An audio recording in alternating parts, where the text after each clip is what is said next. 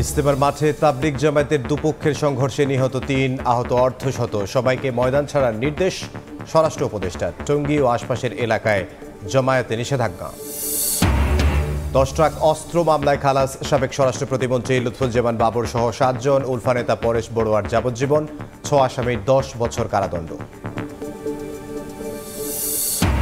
গুমে ভারতের সহায়তা নিয়েছে হাসিনা সরকার, নির্দেশ আসতো সর্বোচ্চ পর্যায় থেকে। প্রতিবেদনের রোমহর্ষক বর্ণনা, ট্রাইব্যুনালে মাইকেল চাকমার অভিযোগ। সরকারের নির্বাচনের রোডম্যাপে বিএনপির প্রত্যাশা পূরণ হয়নি। সংস্কারের দোহাই দিয়ে ক্ষমতা কুক্ষিগত করার ভাবনা থাকলে মেনে না নেয়ার হুঁশিয়ারি নেতাদের।